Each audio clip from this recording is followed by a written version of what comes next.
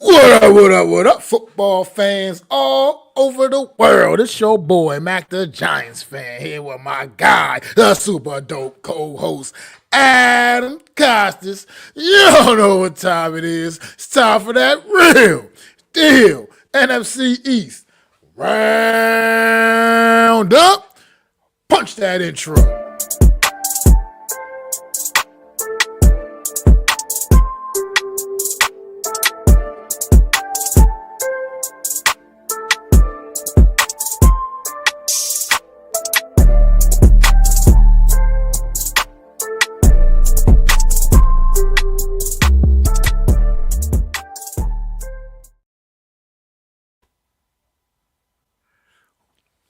Good afternoon, good evening, good morning, good night, whatever it is, wherever you are.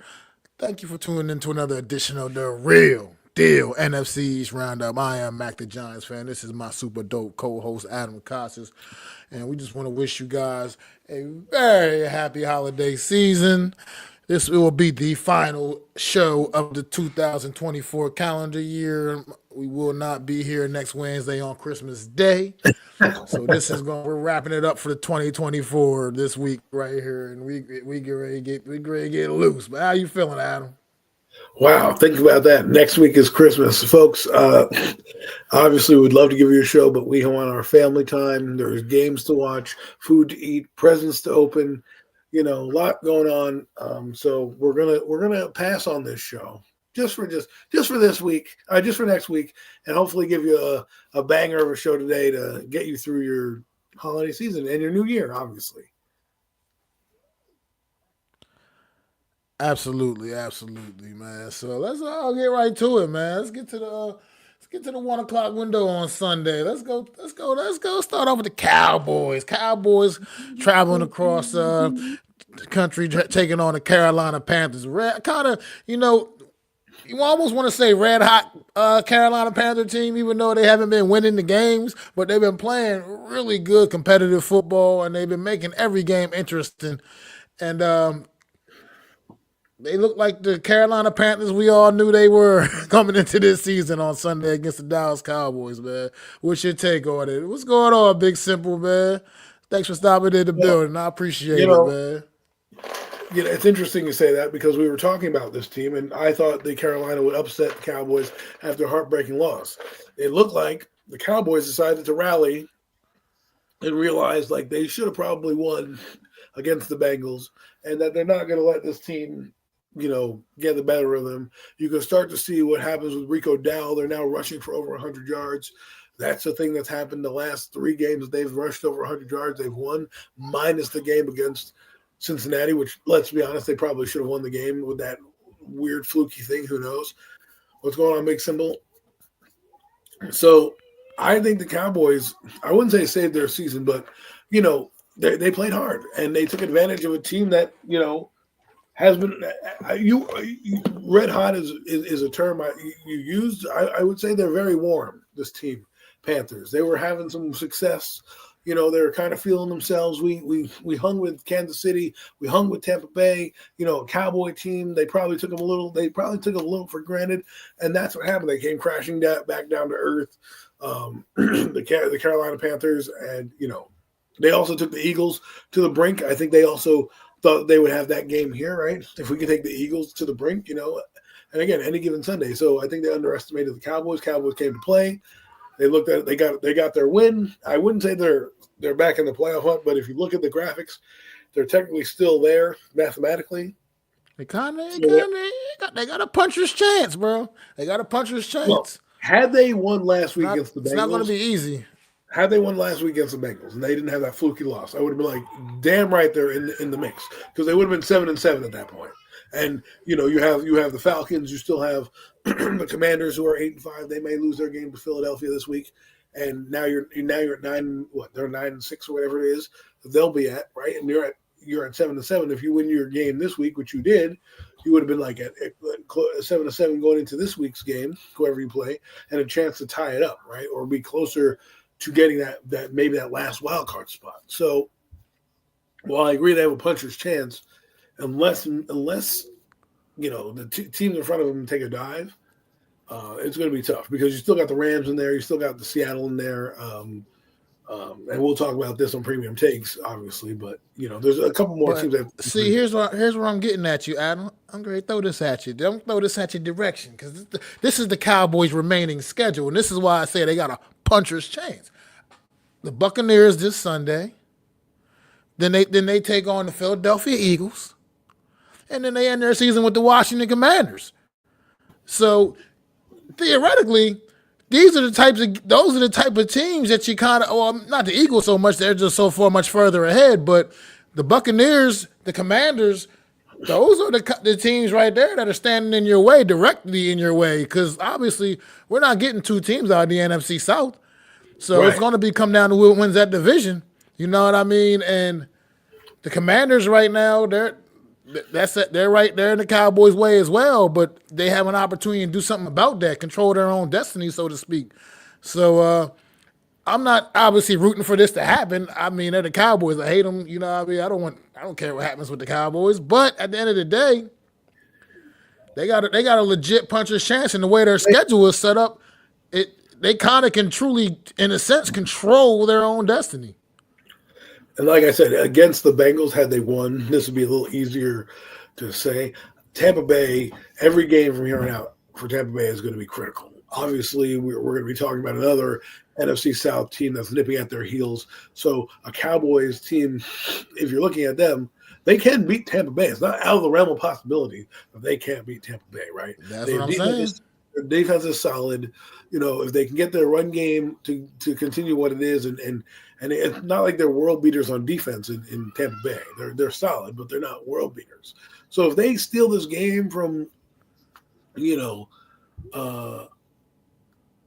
Tampa, they'd probably have to steal the game from Philadelphia, and I don't know where Philly would be at that juncture.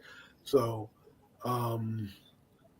but. And then you have the Commanders, who knows what that game could be for. That either could be them resting their players because they're automatically in because they won their previous two games, or it could be them fighting for their lives to get in to the playoffs, the back end, because maybe they're getting bumped out now, right? Because Seattle wins their two games. So there's a lot that is riding on these games. And like you said, they have a puncher's chance. I think at worst they finish 8-9. That's what I think their worst record is going to be. I think they'll or 7-10 at best. And you got to give Mike McCarthy some credit there. All the decimated injuries, you got railroaded in some games. You lost your quarterback. I don't think they fire him if he gets to 7-10. I really don't. I think they'll be like, you know what? We messed up. We didn't get the running back situation correct. We can get a premium player now in the draft. And they'll be able to kind of build off of that, whether it's defense. I think they may fire their defensive coordinator. That is 50-50 right now. But you got to look what he's doing with Cooper Rush. I mean, they're functioning as an offense. I mean, granted, again, it's against the Panthers and some of these lowly teams, but they're still scoring points. He's still throwing touchdowns. And that's really something to be said because Cooper Rush stinks. Right? He's not a great quarterback, but he's doing that team is well equipped enough and their defense plays well enough where guys like Micah Parsons can wreck a game. So I do see where you're coming from. If I were a Cowboy fan as an analyst, I wish they had won the Bengal game to make this a realistic possibility that they could have. Because you think about it, right? If they win Tampa and the Commanders and they had beaten Cincinnati and they lose to Philadelphia, guess what? They're probably in the playoffs at 9-8. It's going to be hard to make it in at 8-9. So, or unless they win out. If they win out, all bets are off. Right? If they win these next three games, that's what I mean. Yeah. Can't say anything, right? I mean, it's going to be fun to watch. I mean, if you're a Cowboy fan, this is the position you want to be in. Let's be real. You have a puncher's chance. I mean, it's a prime example of a team not laying down and giving up on their season. It's a team that got down and they were down and out, it looks like, but they said, you know what, we're going to fight till the bitter end. And right now they put themselves in position to still at least have a chance. It's not really a great chance, obviously. I mean, you got the Buccaneers, a good team that's definitely, and that's kind of, they're pretty much every game is a must win for the Buccaneers right now. Going down the stretch, and then The Philadelphia Eagles, obviously, we know what they are, and then Washington Commanders also. We know what that team has been as well this season. So, The division games are and that division games. last game could be, yeah, that last game of the season could be just absolutely. Bowling Green. It could be for that 7th spot. Who knows? It could be winning you're in. Absolutely, because if you Imagine look at that. the Imagine breakdown that. in the Let's play that NFC, scenario. Let's play that scenario. Let's say, because I think Washington has a couple. I think they play Philadelphia as well. I think they play Philly this week. I don't know, and then they play the Cowboys at the end of the year, and then there's somebody in between Philadelphia and the Cowboys, right? I'm not sure if there's a divisional opponent, if it's another team. Anyways, I can get that that's schedule not up because for it's you. not going. It's not us, so it's definitely it's not a So divisional let opponent. me just We'll let's put just that get it up. first. Yeah. We're in the age of friggin' Google, and It's we're sitting here like, the Falcons. They got the Falcons in okay, between those two games. Eagles, Falcons, okay. So Cowboys. so the Falcons play this week, right? The Eagles and the Red Commanders play this week, I think. Then you have the Falcons against the Commanders, right? Let's just say the Falcons with their new starting quarterback, we'll get into that in a minute, having to pull the upset. Now that's two back-to-back losses. If the Cowboys can win against Tampa, figure it out against Philadelphia, that game could honestly be, like you said, playing you're in. I mean, it may come down to how Seattle does and how the Arizona Cardinals do, but I think they also play their division, so I think there's going to be a lot of shuffling. But if the Rams can Well, win, then it comes down that to all this. I division, mean, I was gonna say I that don't. I division is mean, also like it's so tight that I mean I can't really see more than the division winner coming out of the West either. I feel like the West and the South are pretty much only sending one their division represent. champs to the postseason. I don't really see wild card teams coming out of those divisions, but and I mean I guess stranger things have happened. I just think right now, like I said, the Cowboys they played themselves into a position to still have a chance at least. Their season is not over, so to speak. They can fight and they can dig and they can dig down for it. I mean, and they've for what it's worth, like you said, they've gotten that running game going. Rico Dowdle's been doing some good things, some impressive things, and this team, I think this is a team, like you said, it's not out of the realm that they can beat Tampa Bay on Sunday. It's definitely not out of the realm. Like you said, division games, all bets are off. They can beat the Eagles. It can happen. I mean, it's not you don't most people don't feel it seems likely to happen, but it could happen. So this team has a legitimate chance, and at least I mean, you see that they have the fight that they do have in there, that they're still out there playing really hard and trying to salvage whatever they can. And I I see where you're going with it, and you know the Commanders.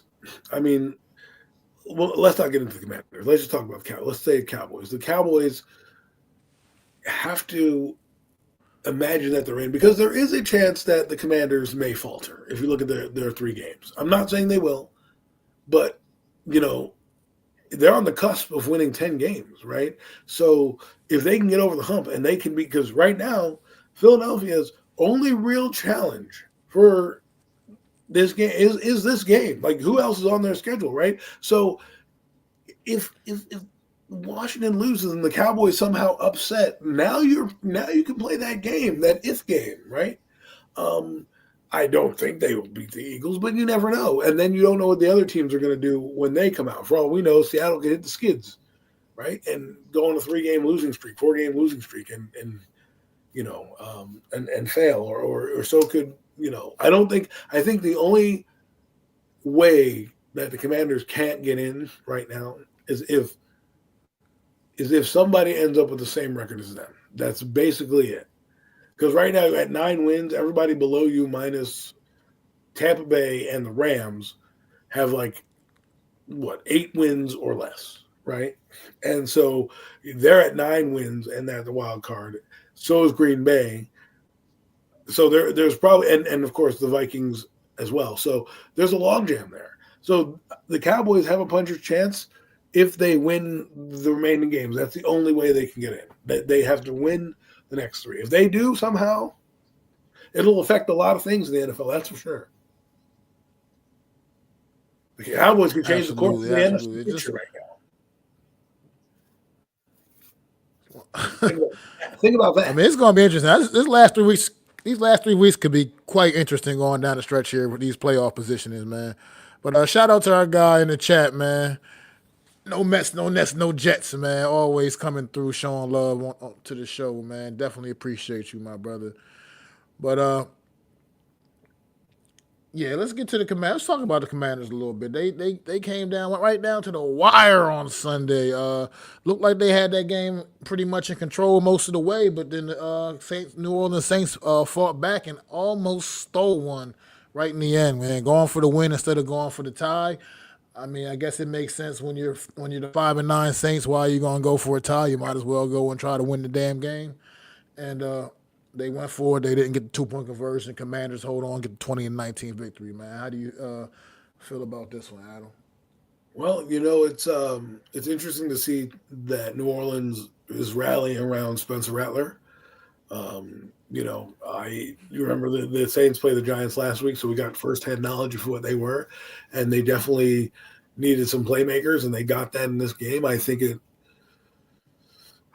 don't know if the Commanders maybe were on cruise control. You get up that early, and then you think a team like the Saints, you watch the film, human nature to kind of take your foot off the gas, right? And that's what they did a little bit. And the other team came through. Their defense did what it needed to do to keep them in the win column. Because if they lost that game, there's no way I think they make the playoffs if they lost against the Saints. I would think it would be a little bit more challenging in that regard. But now, like I said, you get the 9th win. You're confident. You're confident in your playoff seeding. You beat a team that there's a clip in Hard Knocks. And it was the Ravens game. And I'll just say, what they said. One of the players came off the field and said, win the games you're supposed to win, right?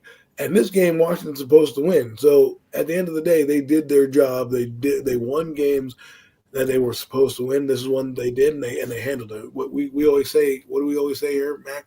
A W is a W. It's not about how it looks. It's about what the end result is, right? Yep. So No, absolutely. So they did their job. This is the NFL. You play NFL teams. A lot of teams, I'm going to chalk this up to as well, is unfamiliarity. You don't always, like the Giants and Saints have played pretty much a lot throughout the last recent few years, right? Not the same with the Commanders and the Saints, right? So sometimes that also is a fact. You see it in basketball, you see it in baseball. When you don't play a team regularly, or you haven't played them a few years and they've changed, right? You don't get their patterns, you don't get their personnel, right? Remember when we grew up, somebody remembered that we had 5 divisional games, and you used to play, there were 5 division teams or something like that. You used to play half your schedule and division opponent. Now, because of the change, you only play 6 divisional games. So now you have a chance to add more of these teams on, and sometimes unfamiliarity with a ball club leads to a commander team, even though they're in the right spots, not being familiar because you're not used to playing. The Giants and Commanders play all the time. You get a feel of how that opponent works. You beat them because of skill, talent, and clever. I'm not saying you don't do that with the Saints, but if you haven't played the Saints in a while, you haven't played Spencer Rattler. He has 2 games of tape. You didn't think you were playing him. He got basically the start at the beginning of the game because Hainer wasn't very good, right? So they benched him for putting in Rattler. He comes back. There's some unfamiliarity you have, and that could be what attributed to the Saints moving the ball downfield, is when you're not familiar with a quarterback. Sometimes you give up a few mistakes because you don't realize you didn't study him all week, right? You studied the other guy.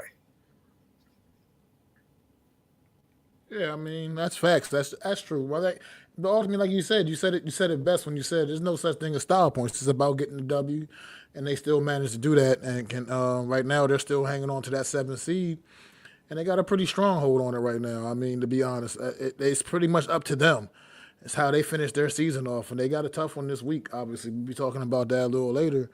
But I still just watching the maturity of this Jaden Daniels and this offense every week. I mean, this guy is an absolute true leader of this football team. So To me, it's just watching his maturity week in and week out. I mean, how his efficiency as a rookie. I mean, 25 or 31. I mean, this is all season for this kid. This is not like something he just did on Right. Sunday this past week. This has been No. all season consistently with this young man. The efficiency. I mean, his completion percentage is unbelievable at this stage of his career. But this is what we What wanted to his see, isn't it? ability. He absolutely. I mean, it's his ability to run the football, the way he knows he's kind of he's been smart about it.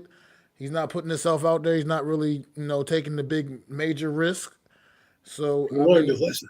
right now the sky's the limit. The sky's the limit with this Washington Commander team. This obviously I don't think this is necessarily their year per se, but I mean clearly you can see that this team is definitely on the rise, and they're on their way to potentially being a powerhouse. I mean, it's like Terry McLaurin has been revitalized this season with Jaden Daniels at the helm. I mean, That'll the do it to numbers you. he's been putting up have been back to scary Terry days. He's legitimately scary Terry again. You know, what I mean, that nickname kind of didn't really wasn't really necessarily didn't go with him for the last couple of seasons where it was a little bit of a struggle, but obviously he's had some really bad quarterback situations. He is back to being absolutely being scary Terry again. And then Imagine Brian they get another Robinson's ability receiver. to run the football between the numbers. Oh man, that's what I mean. They're in a position now where they can go out there and just continue to add to what they've laid down, the foundation that they have now laid down. This is a new era for the Washington Commanders, man. And I See, hate to see it because they're the division rival, but it's good shit to well, them. Hats off to this team, man. They really you need have to see turned it. things around, and you can clearly see that the trajectory is up, man. For this team, they're definitely going to be a force to be reckoned with for years to come. It looks like. But see, Mac, if they continue to build the right way, which is build through your draft, your depth, right? Your young players, keep bringing them up. Bring in quality free agents across the board. Fill in with, 1 year deal guys if you need to, right? But you have a core that you're starting to build, a foundation that you started because you came in, you spent money on the O line. You got a coach that understood how to get the point across. You brought in a good coaching staff. You realized you had a chance to draft a franchise quarterback. Oh, by the way, the year before they pulled the brakes out. They understood the job. They understood the assignment. They got rid of Chase Young, Montez Sweat, all these other guys. They knew, oh man, we need to get in position to get a franchise changer. There's another team on this in this division that doesn't think that way. It is too worried about what the optics are about giving out medium sodas than actually understanding the assignment at hand. And then when you get the kid, right, letting him organically grow into the position. There was no expectation for the Commanders. It wasn't, hey, playoffs or bust. It was, we're going to see this kid come in. We're going to do what we got to do. He's got Marcus Mariota behind him. We're going to support him with a strong run game, okay, with Eckler and Robinson. We have a decent tight end in Zach Ertz that we believe in. You have Terry McLaurin, who is a good skill position player. And we have Jaden Daniels. We're going to teach him to run when he needs to run.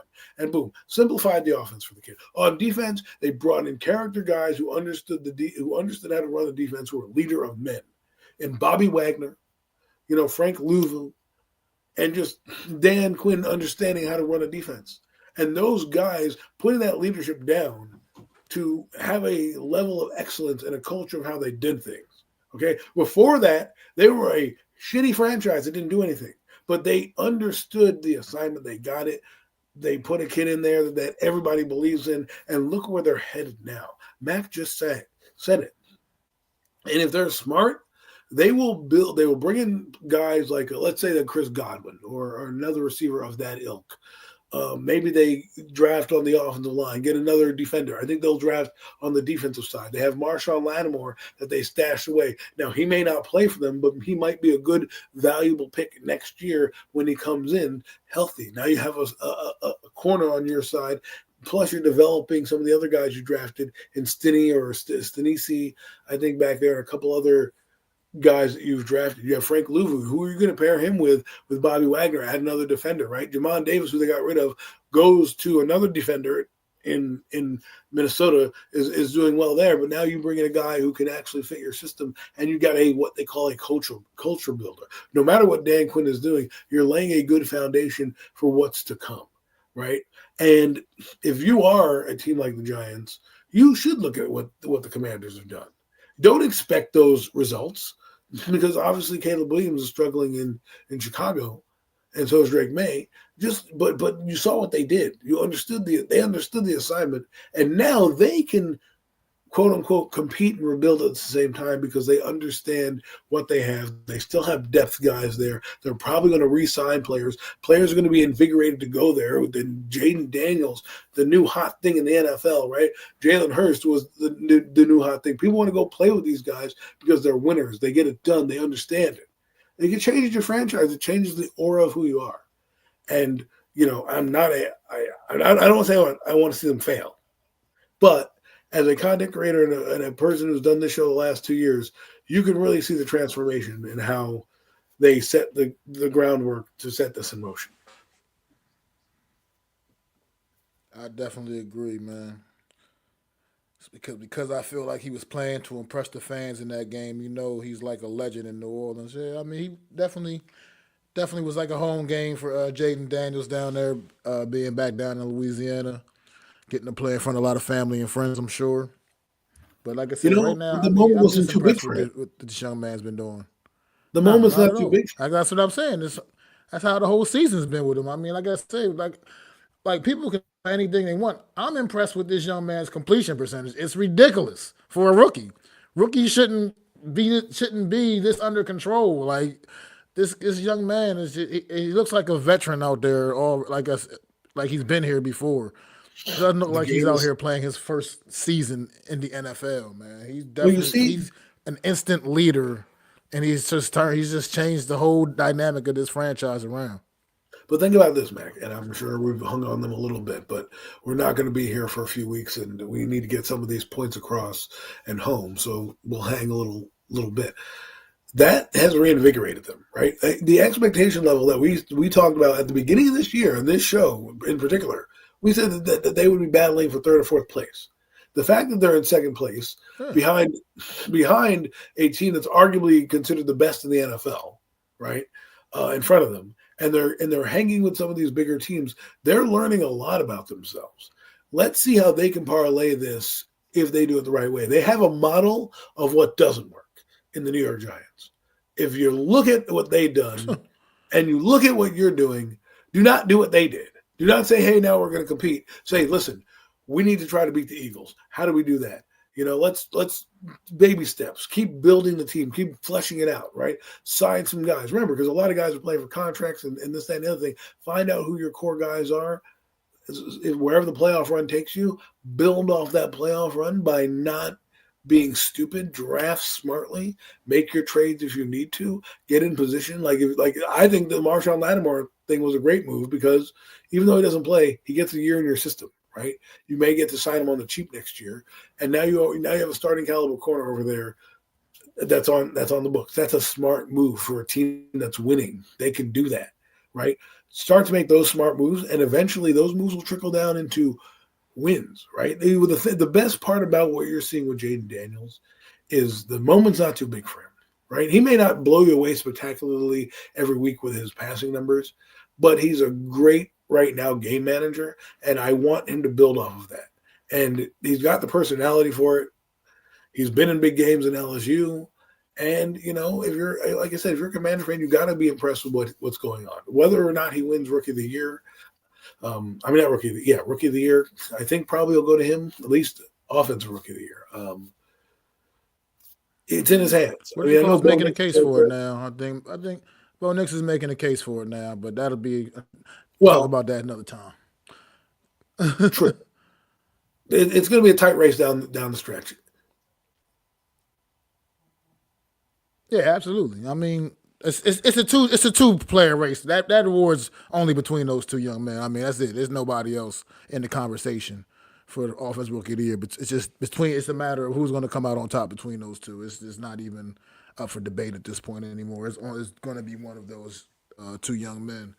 It's going to get that honor in a few weeks. But if you got anything else on the Commanders from last week, we can get ready to move on to you know what to the shit show, bro. We can get ready to move I on to guess that. I guess we can move on. to the show, to the shit of the It's show. time. It's time for that. We have reached the segment. The segment that is the shit show.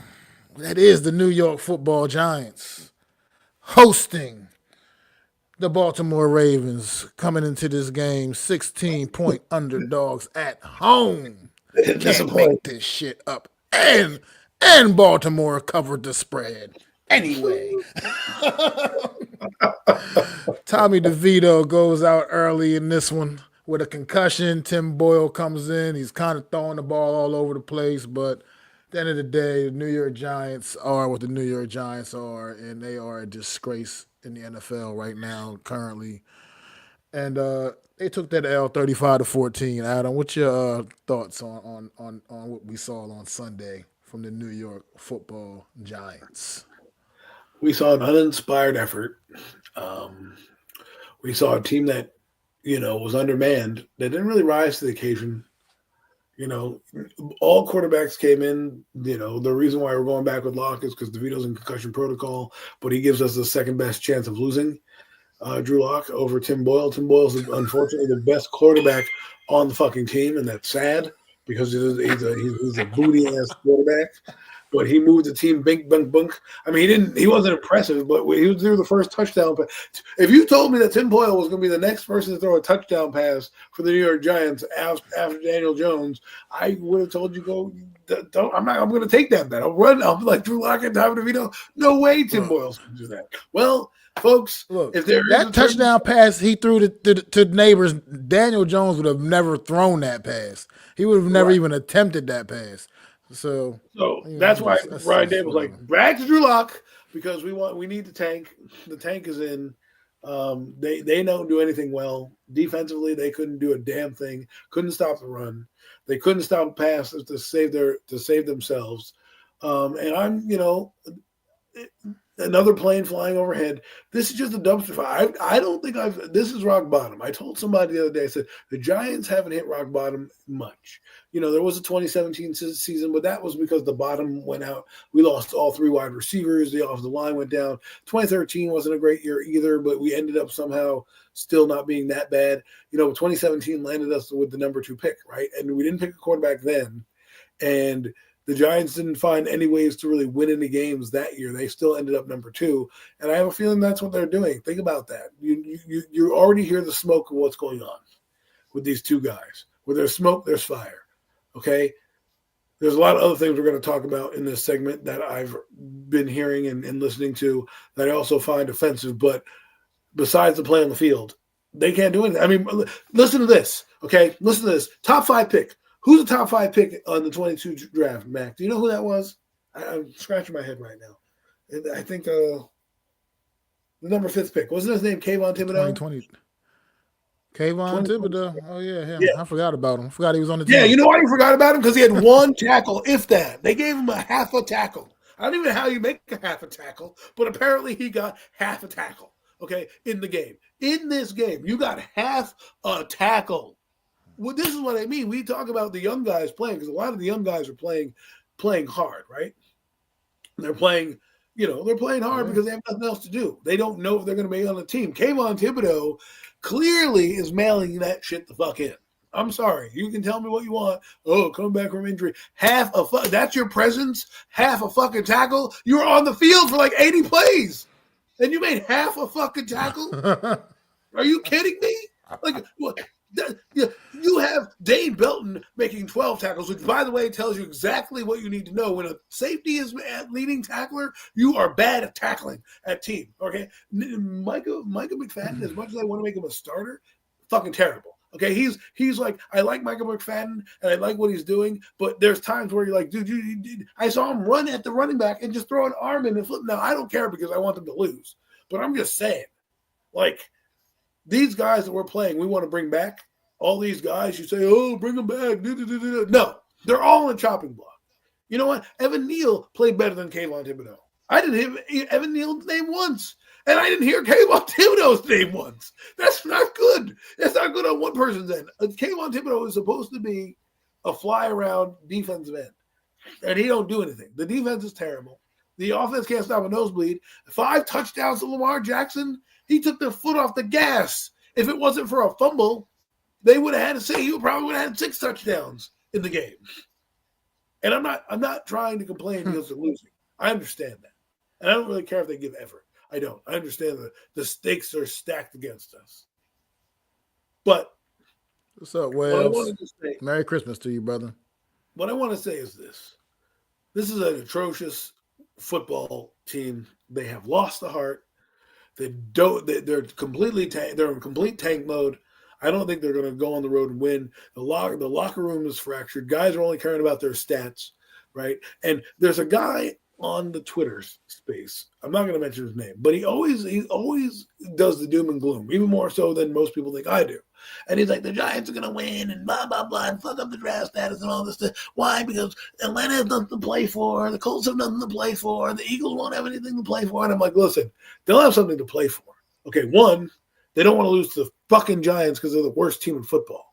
Two, don't tell me it doesn't matter, because if your guys are playing hard, what does it matter to the Giants? If it doesn't matter to those teams who are in contention and going to be trying to better their record, what does it matter to the Giants? How can you use that logic and say they have nothing to play for? That's why the Giants are going to win some games. The Giants haven't had anything to play for 10 weeks.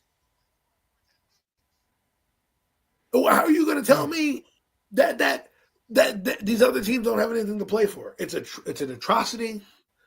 I don't like this team, and they need to do what's best for this team, and that's just lose these games to be in position to get a quarterback. Now, the one thing I will say, I heard, again, these are rumors, Twitter doesn't always say something, that there was a leak that the Giants would love to be the second pick in the draft so they don't have to have a choice. Meaning if it fails, they can say, well, we didn't get a chance to get our guy, but we got a quarterback. I don't want to hear that from a GM. What I want to hear from a GM is we want the number one motherfucking pick because we want our pick of the litter. That's a winning mentality. That's a reason why Joe Shane should go. If that rumor is true, which I don't know if it is, but if that rumor is true, it's all over Twitter. It's not like I'm, saying something that's not already out there in public space. But if that is true, that is the mindset. Listen, you can like Cam Ward, then like Cam Ward at number one and take him at number one and say, listen, we wanted this mug, we got him here. Right? Don't be like, oh, let me settle because I couldn't get Shedeur Sanders, so I settled for Cam Ward. If Cam Ward fails, don't blame me. I couldn't get my quarterback because I didn't trade up to one, but at least I got a quarter. No, if you like the guy, you take the guy. And these two guys are needle movers. They're franchise changers. Okay? One with just the aura alone, just the name alone. You bring Shedeur Sanders in here, there's going to be a red carpet rolled out for him. Okay, they are going to finally be like, oh my God, we got somebody. Cam Ward won't be as loud, but you'll be able to be like, oh man, we got a guy that's going to be fun to watch and keep us in games, and possibly if we can refine his skills, get us to a championship. But anyways, Mac, I've spoken too much. You go ahead. Yeah. No, a change needs to come. Like you said, you get. Once again, another home game, another plane flying over the stadium, another banner. Mr. Mara, fire everyone. We're going to keep doing this until you fire everyone. That's embarrassing. That is absolutely – this is the 100th season of the New York Giants franchise. It's the worst right season. Now, the 100th season is turning out to be the worst season of the 100. This is absolutely – it's not – nothing's acceptable. It's the whole regime. To me, they have to go. I'm just going to take it the hell with the game. We don't have to talk about the game. The game was, like you said, Adam, it was a fucking abomination. Once again, another New York Giant abomination. Tim Boyle clearly proved to be the best quarterback on the roster going out there. And the fact that Tim Boyle is your best quarterback, that's a problem, New York Giants. When Tim Boyle is your best quarterback, that's a fucking problem. And the incompetence of this team. Look, I talked about this on my Aftermath stream. Daniel Bellinger. I'm gonna just keep bringing this kid's name up. Now, granted, He's not some, amazing tight end. He's not some all-world guy or anything. But he's a guy that's been on the roster that's just wasted away this entire season. And now because Theo Johnson is hurt and out for the year, now we want to finally act like we put this guy in and realize, oh yeah, he can go out there and catch the ball a little bit and make a few plays here and there and be a part of this offense and be another piece, another something added to this offense. Something. I mean, we just sat on our damn hands all season. I can't understand the decision making with this football team. The offensive line started off the year looked like it was maybe an improved unit, which in the early parts of this season, and then now it's just regressed right back to what we've been used to as Giant fans for the last decade plus. Like it's like I don't understand what's going on with this football team and how it could get this bad. It's like this is not. Well, I'll tell you what's wrong. It's not. The GM's wrong. That's what's wrong.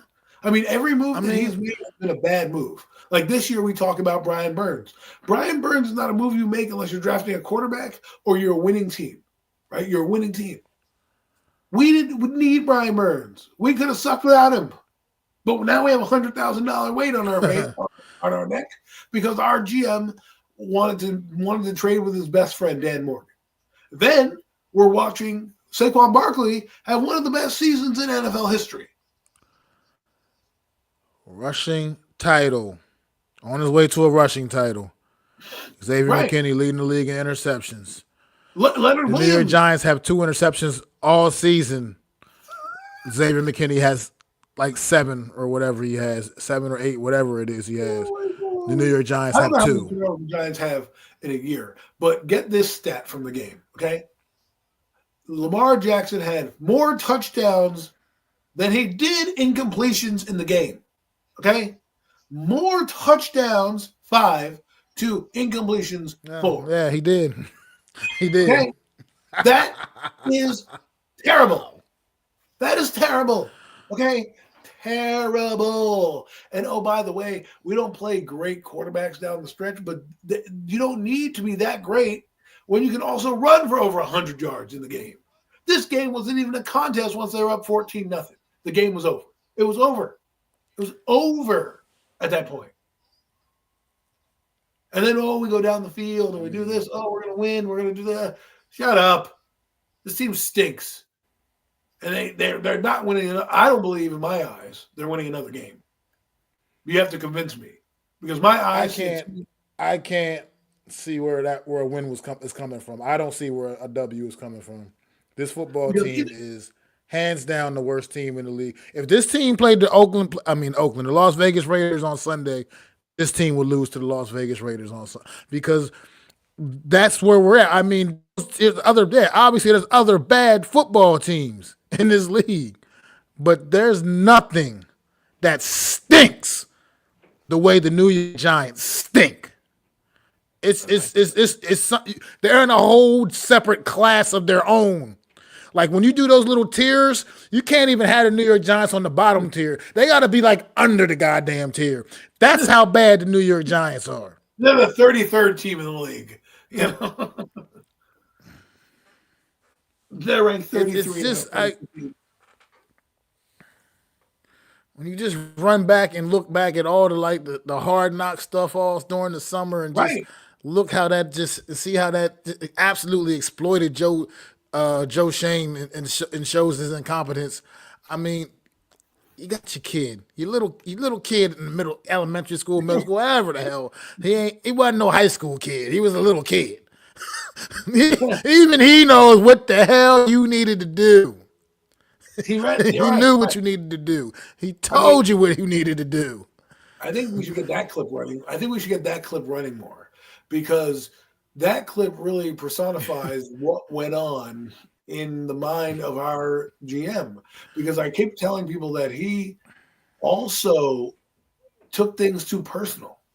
That your son of 12, I guess he was, who played Madden. What's up, Miz?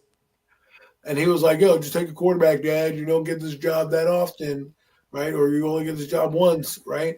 And he's sitting there like at the dinner table or wherever the hell it was, I think it was during the holiday season or off season, or they were playing some family game, and he just laughs at his son like, ha ha ha.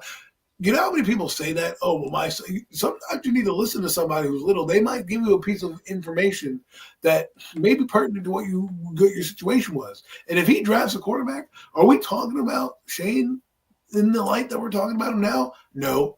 If he was on Hard Knocks and said, I'm drafting a quarterback and I want this, and you flirted with a quarterback and did all this rigmarole because guess what? You were in the news. You made those meetings apparent. You met with every fucking quarterback under the sun in that NFL draft.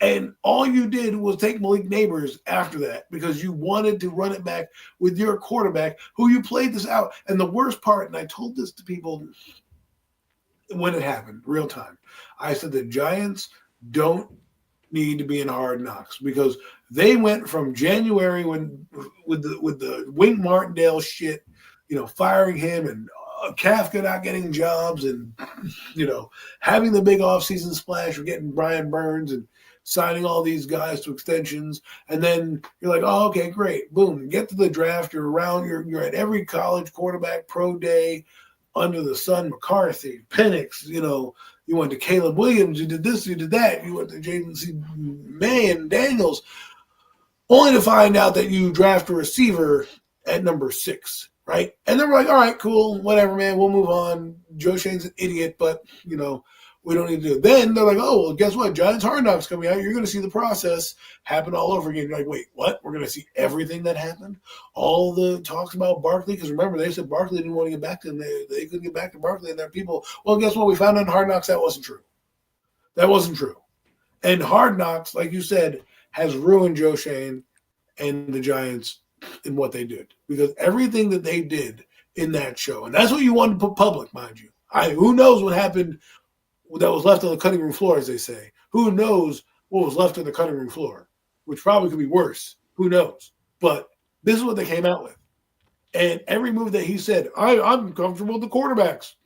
Where's your quarterbacks now? You've started Tom DeVito, Tim Boyle, and Daniel Jones. All three of them are dog shit. You said no one's going to pay Saquon Barkley. The Eagles did.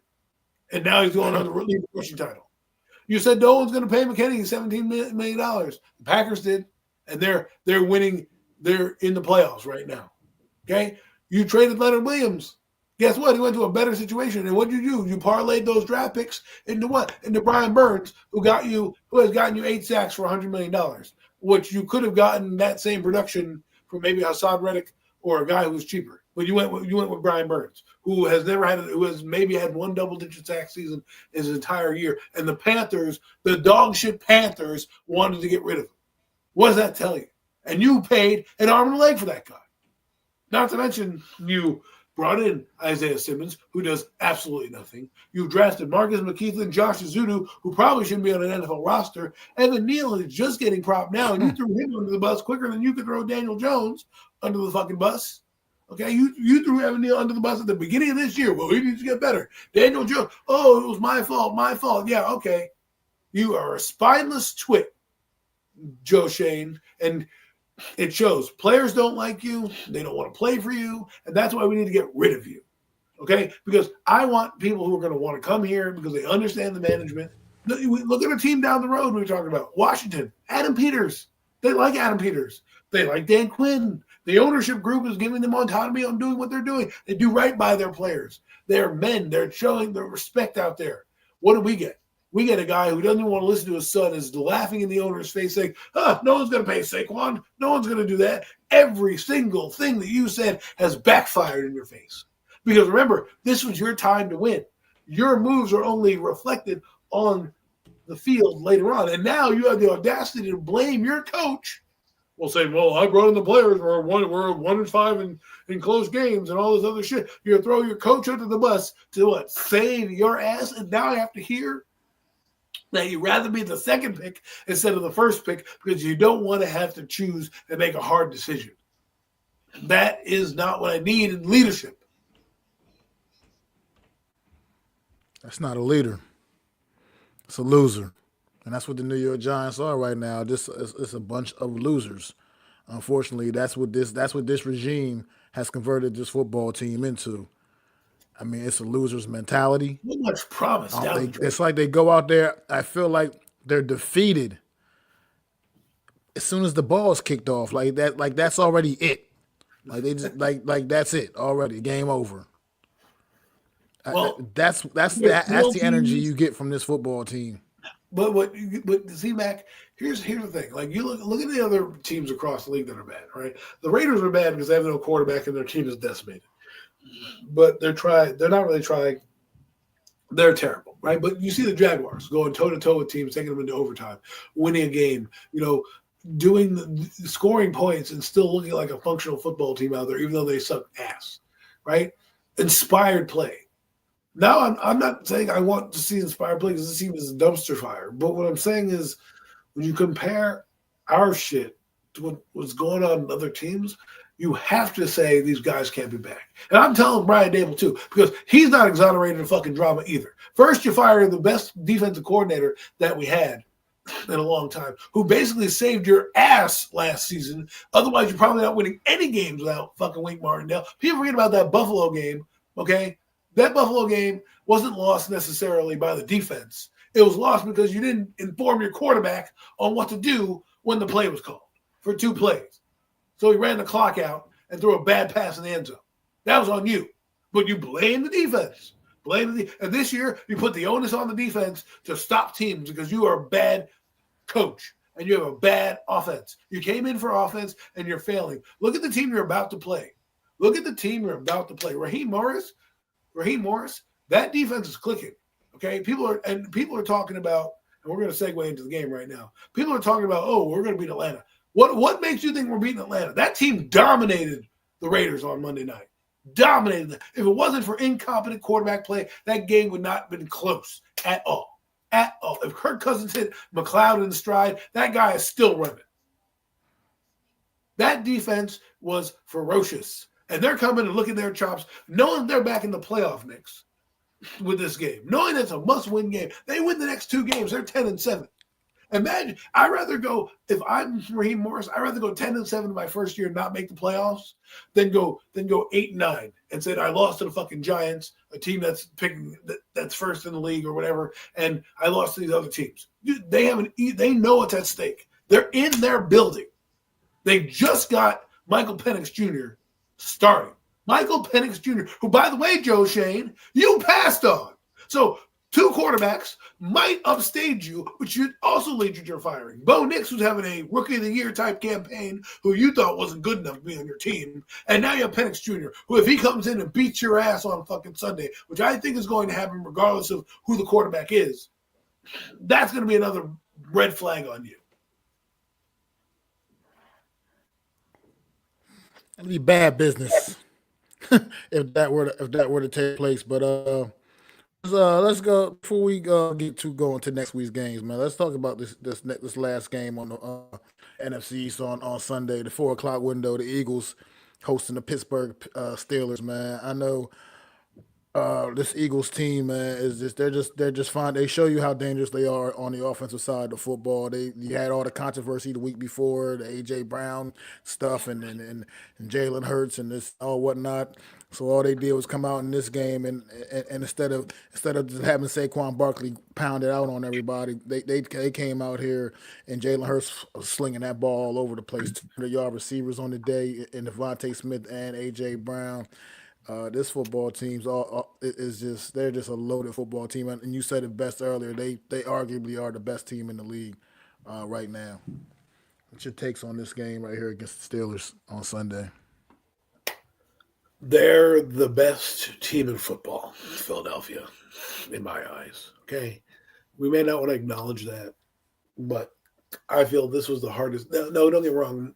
You have the Commanders coming up, but I thought this was the litmus test for me in terms of this is an AFC team. This is a team that has Super Bowl aspirations. I don't care what anyone tells me. Pittsburgh's not here to win wild card games. They're here to win championships. And if you don't think that, then go watch Hard Knocks and see what Mike Tomlin is about, because that guy is in the business of winning.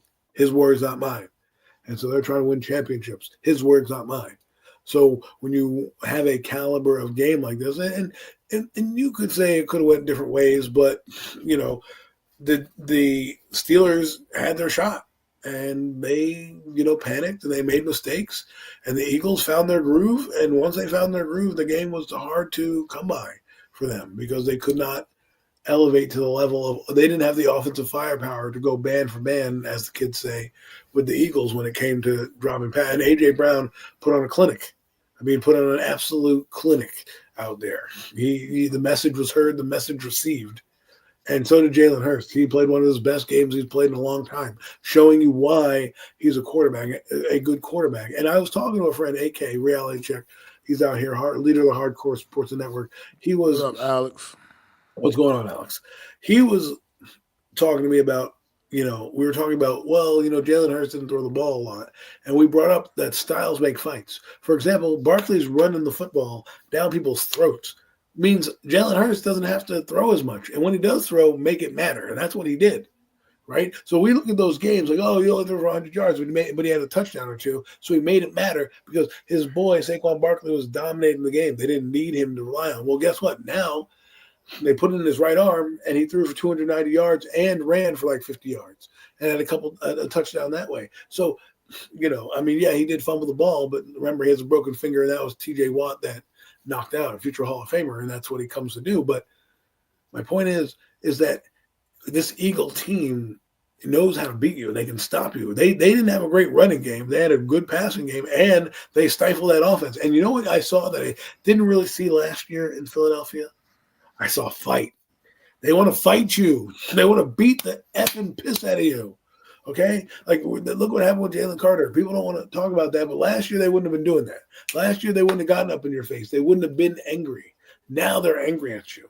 And you're starting to see a team, if they start to put it together, they're not going to be afraid to go into Minnesota or go into these big hostile environments and go win football games. Now I advise them to win out because you have no idea what's going to transpire with a couple teams. But the Lions look like they're licking their wounds.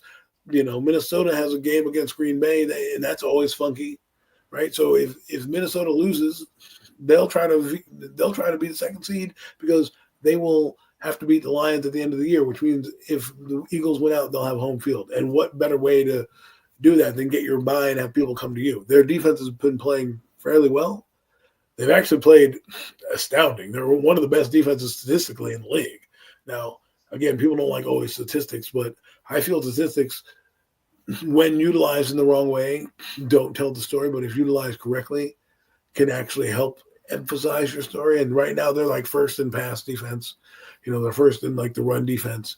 They're first in a lot of categories. And it doesn't look like it. When you watch the Eagle defense, you're like, what? How are these guys stopping people? And next thing you know, they're getting a punt, or they're getting a sack, or they're getting a big turnover. Or things happen at that defense. I can't explain it, but they play with an energy that is like you watch Pittsburgh's defense. It's a different style of play. They're dominant just because of the way you watch them.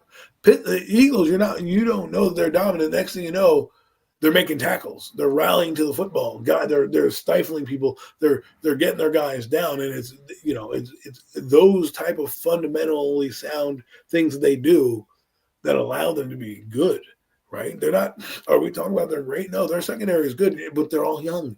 They're all young, but they're making plays. They stop. They're in the right positions. Slay's making a play here. This guy's making a play there. Nakobe Dean's flying around because they listen and they play with each other and within the defense. So it may not look like they're doing anything, but all of a sudden you look at the stat sheet and you're like, man, this team's winning, and they've stopped the run and they've made it look bad. So, I'm not trying to praise them or anything like that. I'm just trying to give you paint the picture of why you may not see it. Because I was watching the other day and I'm like, I get why people don't appreciate it, because they don't have the gaudy sack numbers. They don't have the quote unquote guy. I mean, they have Jalen Carter. He's coming to his own this season, and he's starting to become one of the best. But you look across their line. Zach Bond was a cast-off. Nakobe Dean was, a high draft pick out of Georgia, and you're like, oh, well, what's he going to do, right? Then you got Keon Mitchell, Cooper DeJean, you have Blankenship, and I think you have Avante Adams or Brown back there. They all play, and they get other guys in. They get rotation in. They just play well. And then offensively, They lose offensive lineman, they just bring another offensive lineman in, and away they go. That's what happened. They lost Lance Johnson for a couple plays. They brought in the next guy, didn't miss a beat. And that's just how the Eagles are. And right now, at what I see, I don't want to say that they're the best team in the NFC, but they look like the best team in the NFC. And I would not be surprised if we they have a deep run. And it's not because I don't think anybody else can beat them. You got to give respect to Vikings and Lions and Green Bay, but the Eagles are playing at a different level right now, and if they can sustain it, I don't see who can beat them. I mean, like I said, offensively, we're never going to get a beat from the offensively. And I hear everything you say about the defense, but obviously, like I said, I feel a little differently about their defense. Like I said, it's a good defense. It's a good enough defense. But what they do offensively is what triggers that defense. It's the to me I can't. That's just the way I feel about like how Right, what helps their defense thrive is the fact that the pressure that their offense puts on opposing but defenses, they're fundamentally and sound and too. I get all of that, but their offense to me is what really spawns it all. I mean, the fact that this game here, like I said, this is a prime example of this football game here. The way they came out in this game, this hasn't been the way the Eagles have been winning football games necessarily through this run that they've been on this season. They came out this week not felt like okay, all right, Sean, we'll just air it out this one. You know what I mean? I mean against a Pittsburgh pass rush led by T.J. Watt, no less. I mean, 200-yard receivers on the day. Jaden Hurts was wheeling and dealing, man, in this one, and I got to take my hat off to to him for that because it shows you that he's not a one trick pony necessarily. I mean, all those tush pushes, he can do more than just the tush push into the end zone on little 1 yard and 1 yard touchdowns. You know what I mean? He can do it. He showed he can go out there and he can air it out and get and find his targets, man. And that's what makes this Eagle team very, very dangerous because they can attack you in different ways. If for some reason the passing game isn't necessarily flowing, they got Saquon Barkley to lean back on, and vice versa, man. If Saquon can't get it going, then they can lean on that passing game. It's just so dynamic. And you said it like you said, no team has built depth the way the Philadelphia Eagles have. That is one of my biggest things I take. I gotta give props to the Philadelphia Eagles. This team is loaded with depth. That next man up, they can just do that. They can pretty much plug somebody else in and pretty much not lose a beat. And no team in the league can do that like the Philadelphia Eagles. And that's part of what makes this team so successful as well. They're going to be a fun team to watch in the postseason when you get them in some of these games with some of these other dynamic teams like you said, the Minnesota Vikings or the Detroit Lions and other teams that can. I mean, you might get some playoff games where we might be seeing like 40 plus points for on each team scored, man, with the way these offenses can play, man. So it's going to be interesting going down the stretch here. Like you said, I agree. They obviously got to play it all the way out to the end because right now with their record being the same as the Detroit Lions, if they're trying to get that one seed, they're going to have to play it all the way out. So New York Giant fans, the Eagles won't be laying down in that last game for you. I hate to break the news to you. Don't think that's happening this year. But Mind you, I wanted to give this a little tidbit. Last week the Giants had 19 players on the injury list. This week they have 21 players on the injury list. So just it's increasing by the week. it always does. I mean, that's the story of the New York Giants season, man. I ain't never seen nothing like it. But yeah, this Eagle team they're legit. Like I said, I don't like to sit here and spill positive words about the Philadelphia Eagles, but the reality is what the reality is. We don't call this show the real deal NFC's roundup for nothing, man. We got to keep it all the way a buck. And the Philadelphia Eagles right now are the cream of the crop in this division by far. And they're not only just that, they may be the cream of the crop in the whole entire NFC conference, if not the entire league. It's like you said, they have the potential. This is a Super Bowl or bust roster, a Super Bowl or bust team.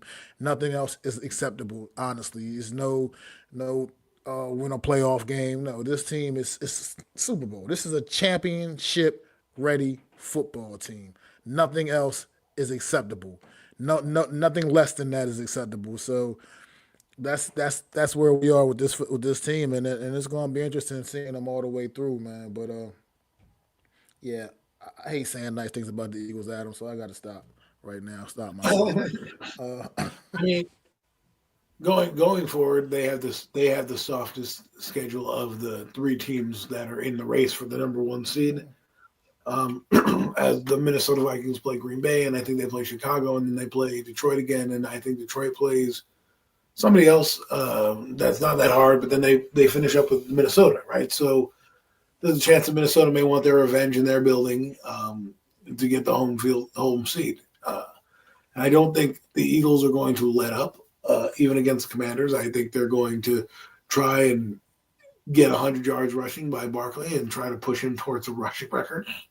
And then they play who they play the Cowboys, who um, let's just say that it won't be a game, but at least it might be a game where they try again to push the rushing record, and then again if they beat the Cowboys, they're going to play the Giants, and why not finish and try to get the best record? Because at the end of the day, the Minnesota Vikings and or the Lions are going to win that game, right? And if they do stumble in the divisional round, you want to have the best record of the teams remaining to host the championship game if you get there. So even if you're not quote unquote, the first seed, it does matter to get the best record because you never know what can happen. So I think they're one of the best teams. I don't think it matters really if they're away because they're still going to have a home game regardless, right? To start. But imagine that team getting a bye week, getting everybody fresh, and you're coming into their building now, a team that fully off arrested by after the bye week, after they came back from the bye week, they've been unstoppable when they went to that bye week when they got trounced by Tampa Bay. Right? We're like, oh, they're going to lose. This Eagle team's not it. Blah blah blah. Right? We all said that. Kind of flirted with it, and I said at the time, Tampa Bay was a buzzsaw kind of game because of what happened with the hurricane, them coming off a loss in their building, seeing all the destruction.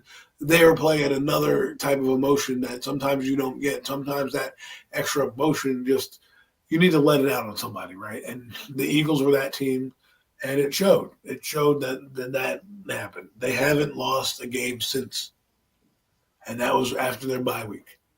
They haven't lost a game since. They came out after their bye and dismantled the Giants, and away they went. Away they went, right? And what the scary part is about the Eagles is that they can beat you in many ways. Now, I agree with you. Their defense is not crazy, but what I was telling you about their defense is they're fundamentally sound. So if the offense plays well, but the defense still gives up points, it doesn't really matter how the defense plays. But if the defense is making stops because they're not missing tackles and they're tackling their guy right there and not giving up extra yak yardage, and you're forcing teams into punt situations and things like that, that really does weigh on you, and that really does get sound. You don't a turnover is a team going 3-and-out is just as good as a turnover. You're getting the ball back to your team, giving your offense more chances with the football. It doesn't always have to be a stop. Even if you let teams move up and down the field, they made stops when they have to. And again, you don't get many opportunities. So go out and win out. And like I said, they have the most favorable schedule of the three remaining teams, at least I feel. And the Vikings and the Lions play each other, which could be either for home field, second place, or the division, or a combination of all that, right? So the Eagles can't sleep on the Commanders, obviously, this week. Commanders are obviously not an easy foe, but styles make fights. The Eagles should win this game, just because of I believe Saquon Barkley and their defense, and I think it'll be a game. I think it'll be closer than you think. Probably 28-20, something like that. 27. Well, 20. let's get into it. Let's dive right on into it. Let's go ahead. Let's might as well dive on into it. Eagles Commanders, 1 o'clock Sunday, in DC. Well, in Maryland, but whatever. Yeah, we get it. The Giants play in New Jersey. Go figure. So I mean, let's dive into it. Dissect this game a little bit. How do you see this one playing out? between these two. It was Eagles got the best of them the first time around. So let's see what the Commanders can do. Uh, I think you're gonna get a hard fought game. I think it's gonna be a lot closer. The Eagles. This is the one last opportunity to try to derail the Eagles. And why not be the team, right? If you're the Commanders, you're basically in the playoffs, right? You just need to win one more of these games, and you basically cement yourself in the playoffs. I'm not saying that that's the mindset you want to take. I'm just saying you're at 9 wins. You get to 10 wins, bang, you're in the playoffs. Now you get to 12 wins. Again, you're one of the best teams in football at that point. But my point is, if I'm Dan Quinn, they're in our building, guys. Let's go shock the world. Let's derail their season. Let's have them have no choice but to be the second seed. Let's go out and beat them, right? And so that would be my message to them. Let's be the spoiler of their season, because if you look at the grand scheme of things, we don't really think the Eagles are going to lose to the Cowboys. We don't really think the Eagles are going to lose to the Giants, right? All things mathematically even. So if I'm the Commanders, I'm looking at this game like, we have a chance. Let's get a momentum win, because the Eagles haven't beat. I mean, excuse me, the Commanders haven't beat anybody good, anybody really like good on their roster. Lost Tampa Bay, they've lost the Eagles, they even lost to the Cowboys this season, right? And so they're really a funky team, and they lost to the Ravens. I mean, a lot of people lose to the Ravens, but what I'm saying is the Eagles beat Pittsburgh. The Commanders lost to the Steelers. Like, they lost to a lot of these bigger teams. So this is a game that the Commanders have a chance to kind of write their own history, so to speak, right? So, I still don't think they're going to win. With that being said, because I think the Eagles now understand the mission, and they're just getting better every week, and they're doing it differently every week. I wouldn't be surprised if the Eagles get a special teams touchdown this game, just because that's what they've been doing. They've scored in every different way. A defense. They've scored defense this year. They've scored long runs, short runs. The only thing they haven't done is returned a punt. And Cooper DeJean has had some big runs here and there. I wouldn't be surprised if he breaks one for a touchdown.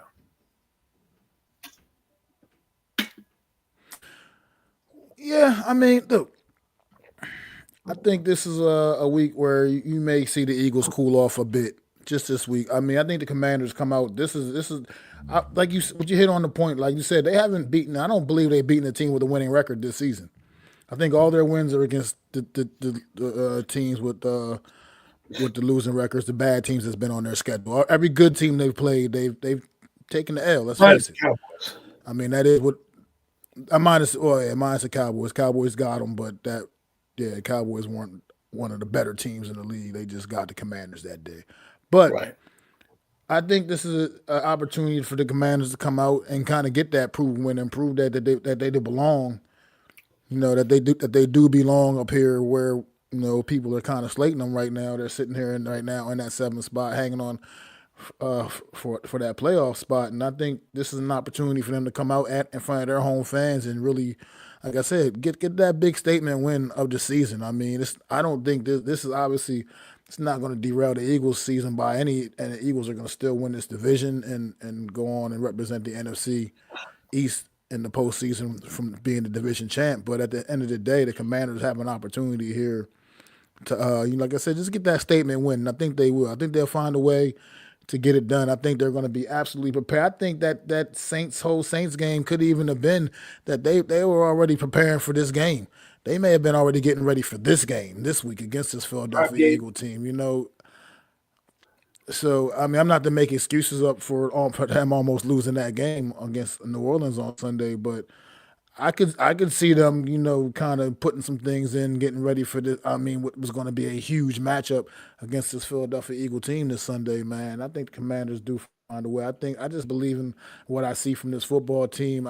They're gritty, they're hungry, they're scrappy, and they're looking for that true signature win. They haven't really gotten that this season.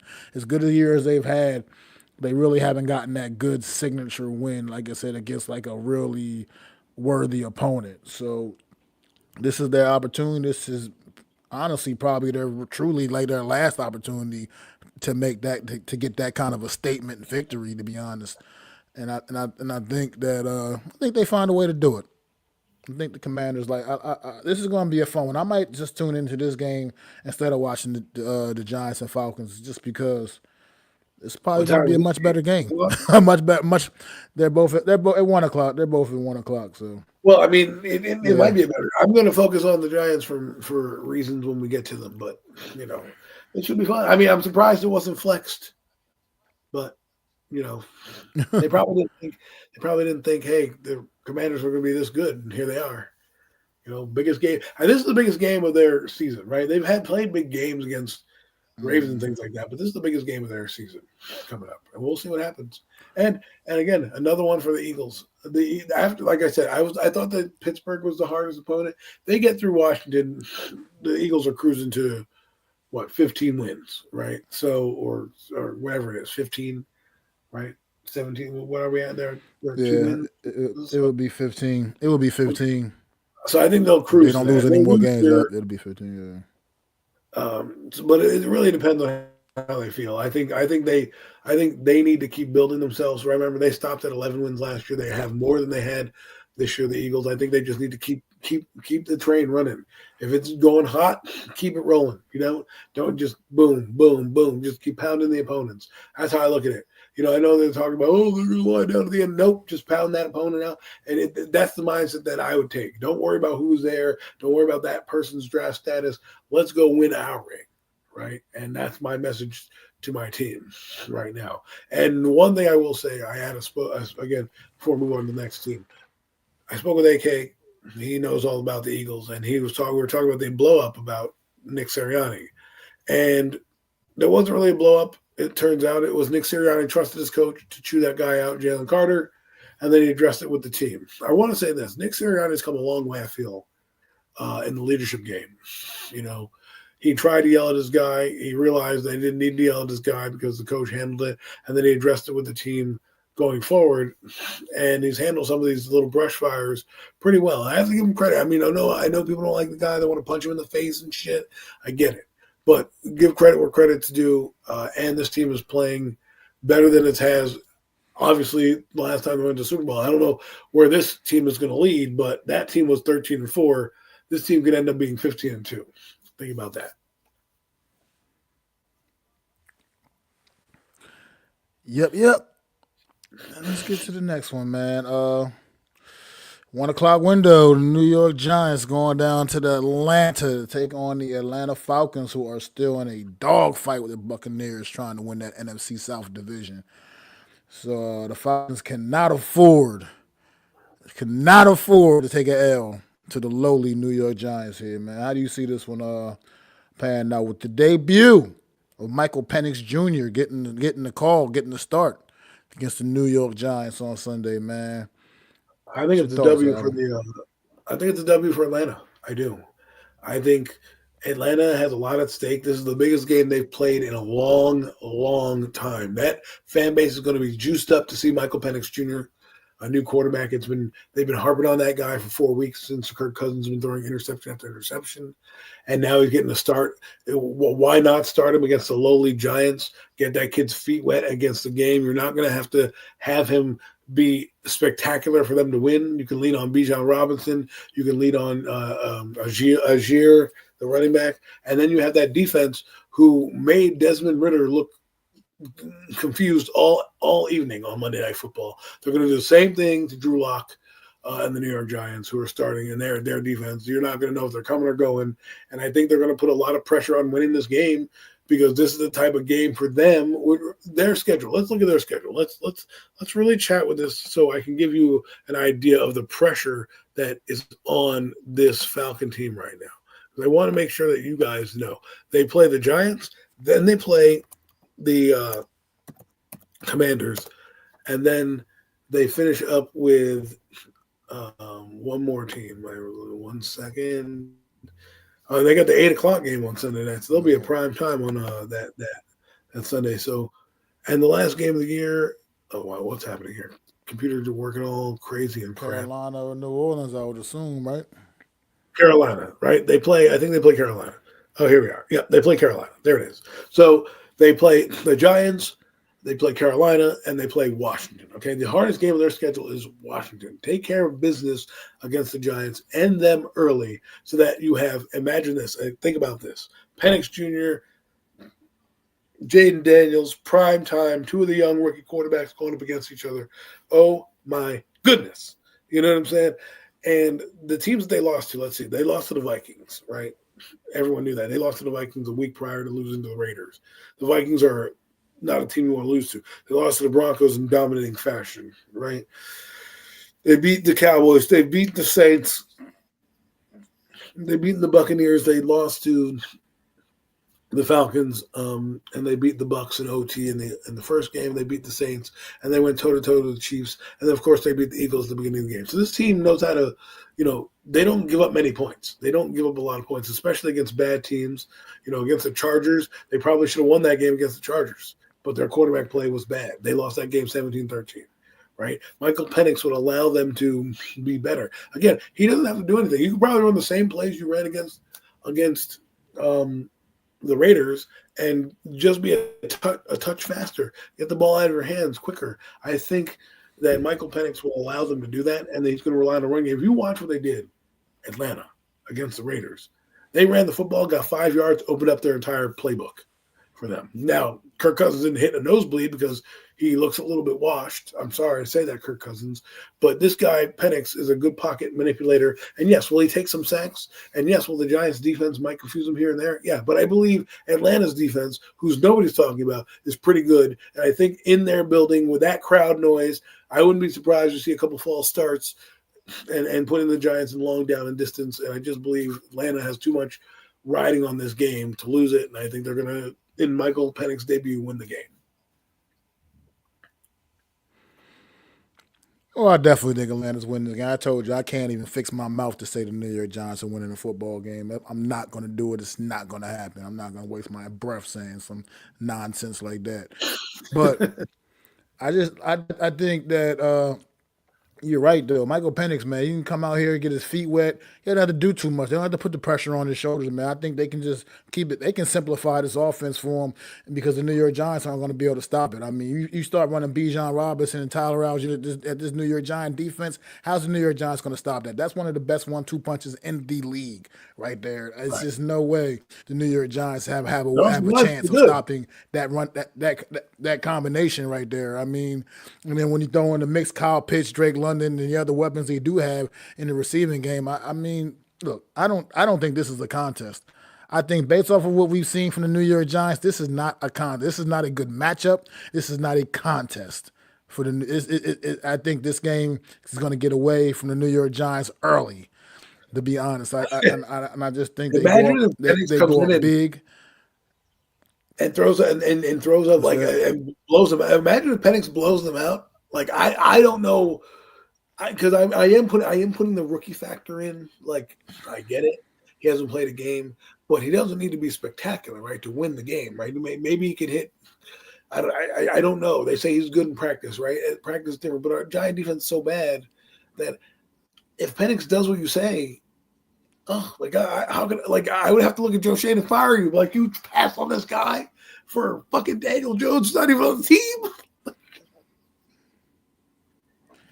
Look, if he comes in and plays well, that'll pretty much be every one of these first round guys who's had an opportunity this year. I mean, that have come out, they played well. Now, like I said, 3 of them you didn't have a chance at anyway because you couldn't trade down, but 3 of them you had a chance at, and you chose to pick none of them. And if Michael Penix comes in here and also looks very, very competent at the quarterback position, it'll just make Joe Shane look that much more incompetent. Point blank, period. Like I said, I stand by how I feel this guy needs to go. Take Brian Daboll with you. Just go. I mean, you can't. You can't sell this fan base on bringing these guys back with the mistakes that have been made. You just can't sell the fan base on bringing these guys back. I just don't see it, and I don't see the New York Giants being competitive in this football game whatsoever on Sunday. Drew Lock getting the start again. What has Drew Lock shown you all season? I'll tell you what Drew Lock's shown you. He's shown you 46 for 90, 414 yards, and 2 interceptions. Those are Drew Lock's numbers on the season. So expect a little bit more of that. And just watch. I can already see Bijan Robinson running into the end zone right now. I can already see it happening.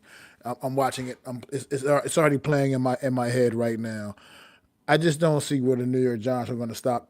How they're going to stop the Atlanta Falcon offense. I just can't see it. I think Atlanta will take full advantage of the fact that they're playing the absolute worst team in football, in the New York Giants, and they're gonna go out there and kick that ass. And I think this one gets ugly. Honestly, down in that dome, I think that dome is going to be loud, and it's going to be raucous, and I think it gets ugly. So I'm not saying nothing about a score. I just don't think the Giants have much of a chance here. Let's get to the last game, man, before we can wrap the show up. Sunday Night Football. Dallas Cowboys, Tampa Bay Buccaneers down in Dallas. Dallas has only won one home game all season long, with the Atlanta Falcons playing the New York Giants, which is pretty much almost a guaranteed victory for them. The Buccaneers desperately need to win this football game to keep that have that little edge on keep that edge on the Atlanta Falcons right now. How do you see this one playing out down in Dallas? I feel they're going to be scoreboard watching because they know that they played the Tampa Bay Buccaneers played the Giants. They know how bad the Giants are. They know that there is a quarterback switch with Atlanta, but they know that the Giants are playing. And this game will be wrapped up at 1 o'clock, and at 4 o'clock when they're eating their pregame meal for lunch or dinner, whatever they're eating, they're going to be able to have whatever pressure it is. And let's see, because that Cowboy defense is feisty and can put a little pressure on the quarterback. And if they do that, and Tampa Bay has been known to have some clunkers in the year. They against Denver they had a clunker, against Carolina early on they had a clunker. They almost lost Carolina recently, right? That a week ago they dominated who they played this week, obviously. But I think you're going to see that Tampa Bay team kind of. You're going to see them pressured. If the Cowboys can stop the run, and can play some defense and blitz, and Michael Parsons can create some havoc and they get some turnovers, they may be in the game. Right, this is a huge game for Tampa Bay. Probably the biggest game they've had in a long time. Like we talk about Atlanta having a huge game. This is a huge game because, again, Tampa Bay went to the playoffs last year. 9-8 last year, I think they were, and they won a playoff game. This team, can really, if they win this game against the Cowboys, probably going to win out. I think this is probably the toughest game of their schedule. I do believe. I think they might. I could be wrong, but I know that they do play the New Orleans Saints at the end of the year. That who knows what happens in that game? New Orleans. I don't know the game after the Cowboys game, but we can always look that up. But I think Tampa Bay. I think the Cowboys are going to come playing inspired. They're going to want to play the role of spoilers. Cowboys, Panthers, Saints. Oh well, this is the hardest game. So they win this game, they're going to probably win out. So Tampa Bay, this is how you win the division. Win this game, and you're probably winning the division. Lose this game, and you're going to lose the division. Like you lose to the Cowboys, and the division is over for you. Even though I think Atlanta, could possibly lose to the Commanders, I just think that this team is trying. This move might motivate Atlanta to another level. Right, they finally get a quarterback they all believe in. They finally can do that. So Tampa Bay cannot slip up. And again, you play the Panthers, who played you in their building. I know they're going to your building now, but they played you, close to the vest, and it was a field goal game. And I know you play the Saints, who, another team that's familiar with you, right? But this is the hardest exotic team you play, and I think the Buccaneers. Will win. I do believe they're going to beat the Cowboys. But if there's anybody that's going to slip them up, and the Cowboys know they have a chance to keep their slim playoff hopes alive, now's the chance to kind of, if you're going to play a game, now's the time to play that game. Damn, Mike Evans has 9 touchdowns on the year, and he missed so much time, and he still has 9 touchdowns on the year. But But yeah, this game here, you're Incredible looking stat. at two teams. I mean, somewhat desperate. I mean, Tampa Bay, they just need to hold on. You know what I mean? So they just can't afford a loss because they need to hold on. But the Cowboys, we talked about it earlier in the top of the show when we were talking about the Cowboys. They got that puncher's chance, man, and they're not laying down. They still have an outside opportunity is to still maybe potentially get a spot in the postseason, man. It's not very likely, but they do have a shot. And right now, I still don't see it though. I think Tampa Bay is just they're just a better football team, and I think their offense is just too dynamic. And I think the Cowboys aren't going to have a lot of answers for them. And the Cowboys have not played well at home against anybody other than the New York Giants. So I just think the Cowboys they're going to do what they've been doing most of the year, and they're going to end up screwing this one up against a good Tampa Bay Buccaneer team that's going to come in hungry and knowing that they got to fight to keep the hold off the Atlanta Falcons, man, and this one. And I think they're going to get the job. I think Tampa Bay gets the job done and puts the Cowboys out of their misery, not pretty much put an end to the Cowboys, any chance the Cowboys have of postseason play on Sunday night. This is how I feel about that. I think Tampa Bay's offense is underrated as far as how dynamic it has been. I think the season Baker Mayfield is having is has gone way too far under the radar. Considering You be the an MVP. receivers, the injuries to the receivers that they've dealt with all season. I mean, who is Baker Mayfield throwing the ball to? I mean, Mike Evans is back in the lineup, obviously, yes, but who were the guys when Mike Evans and Godwin were both out for all those weeks?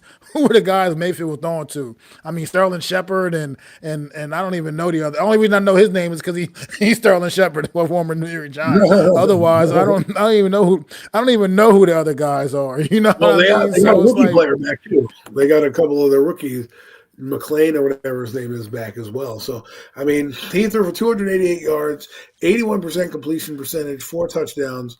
You know, he's having a wonderful season. Baker Mayfield. He has 3,600 yards, 32 touchdowns, 14 interceptions.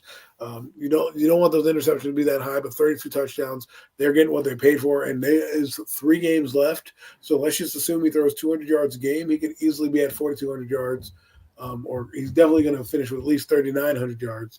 So there's that. So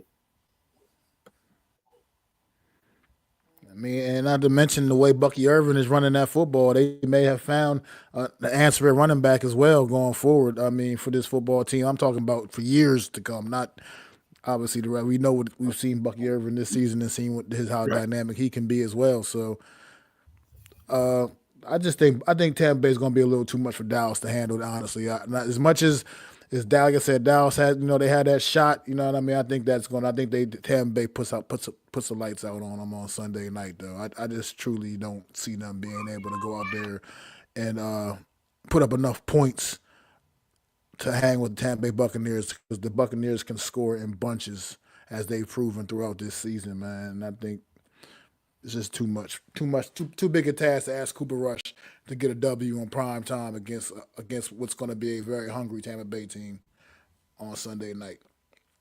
But that's all the games, man. That's all the game talk. Adam, if you got anything you want to say before we wrap things up.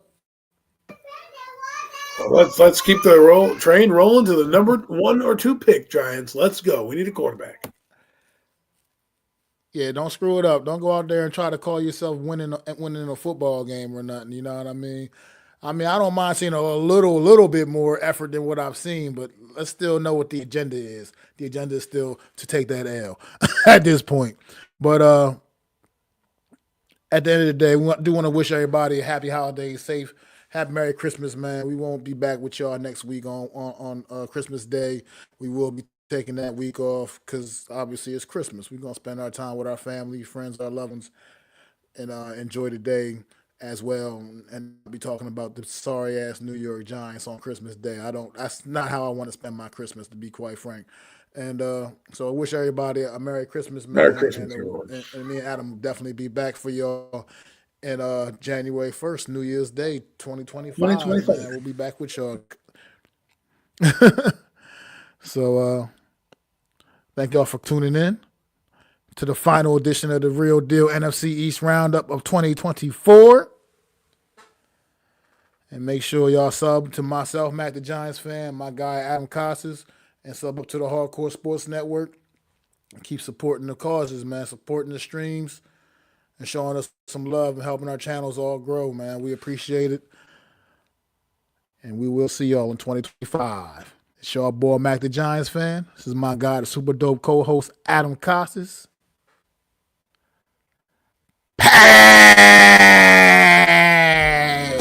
I'd like to thank you all for listening.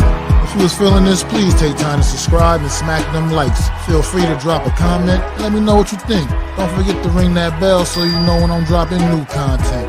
It's your boy, Mac the Giants fan. You can find me on Twitter, YouTube, and Facebook at Mac the Giants fan. That's MacDa Giants fan.